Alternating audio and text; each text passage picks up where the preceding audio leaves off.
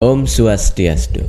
Hidup hanya sekali. Inilah yang sering disampaikan oleh orang-orang mengenai kehidupan kita ini. Kadang kita bertanya-tanya, benarkah hidup ini hanya sekali? Kalau memang hidup hanya sekali, adilkah Tuhan memberikan kehidupan yang berbeda-beda bagi para makhluk hidup dengan situasi dan keadaan yang berbeda-beda? Contohnya misalnya, kita sering melihat ada orang yang tampan atau cantik dengan kehidupan yang sangat mewah, dengan kebahagiaan yang lebih mendominasi. Sedangkan di sisi lain ada begitu banyak orang yang kehidupannya secara fisik dia buruk, kemudian kesehatan kurang, kelaparan, dan banyak mengalami penderitaan. Ini sebuah contoh yang membuat kita bertanya-tanya, apakah benar kehidupan ini hanya terjadi sekali?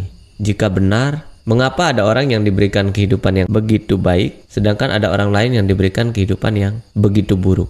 Kalau hanya sekedar sebagai ujian dari Tuhan Yang Maha Esa, seperti pernyataan yang sering disampaikan, adalah sebuah pernyataan yang sangat bertolak belakang, yang nyata-nyata membuat posisi Tuhan sebagai entitas yang tidak adil kepada para makhluk hidup.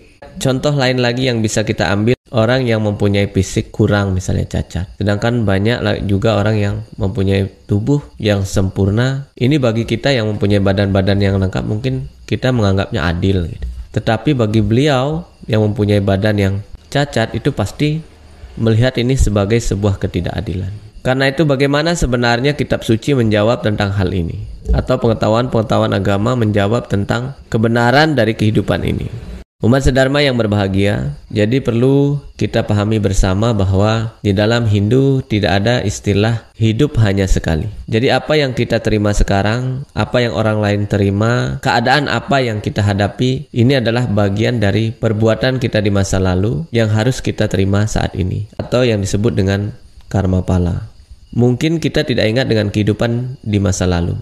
Itu yang membuat kita tidak yakin bahwa karma pala itu benar ada, atau kehidupan di masa lalu itu ada. Reinkarnasi lah, itu ada atau tidak. Tetapi pada kenyataannya, jawaban tentang keadilan Tuhan Yang Maha Esa itu bisa dijawab dengan konsep karma pala ini. Kita bisa melihat Tuhan dengan sangat adil saat kita menyadari bahwa apa yang kita terima itu adalah buah dari tindakan kita sendiri. Kalau kita mempunyai badan kurang baik, keadaan sosial yang kurang baik, keadaan ekonomi yang kurang baik, berarti di kehidupan yang dulu kita menyanyiakan hal ini. Kalau sekarang kita mendapatkan kehidupan yang serba baik, serba mewah, tingkat kebahagiaan yang lebih tinggi, berarti kita mensyukuri kehidupan kita di masa lalu, sehingga kita dapat menikmati kehidupan yang lebih baik di kehidupan yang saat ini. Jadi tidak akan ada pernyataan bahwa Tuhan tidak adil. Kenapa? Karena semata-mata apa yang kita alami adalah bagian dari tindakan kita. Masalah yang kita hadapi adalah masalah yang kita buat juga. Akibat yang kita terima juga adalah bagian dari perbuatan kita di masa lalu yang kita terima saat ini. Tidak ada kita menyalahkan Tuhan Yang Maha Esa. Tidak dapat juga kita menyalahkan orang lain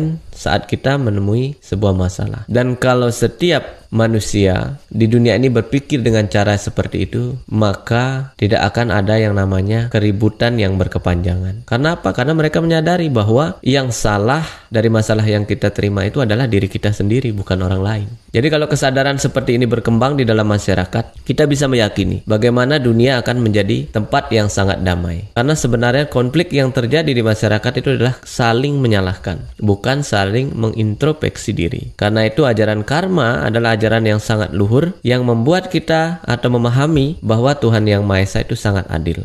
Itulah yang bisa kita ambil dari ajaran yang diajarkan kitab suci Weda atau diajarkan dari agama Hindu kepada kita, yang bisa kita gunakan dalam kehidupan sehari-hari agar kita bisa memandang bahwa kehidupan ini bukanlah hanya sekedar atau hanya terjadi saat ini saja. Ada kehidupan-kehidupan lalu yang telah kita lalui, dan ada kehidupan yang akan datang yang bisa saja akan kita dapatkan kalau kita belum memenuhi kualitas untuk mencapai Tuhan Yang Maha Esa. Mungkin itu yang bisa saya sampaikan. Terima kasih atas perhatiannya. Mohon bantuannya untuk membagikan video ini agar channel ini semakin berkembang. Saya mohon maaf apabila ada tutur kata atau pernyataan saya yang kurang tepat. Saya akhiri dengan para Santi Om, Santi, Santi, Santi Om.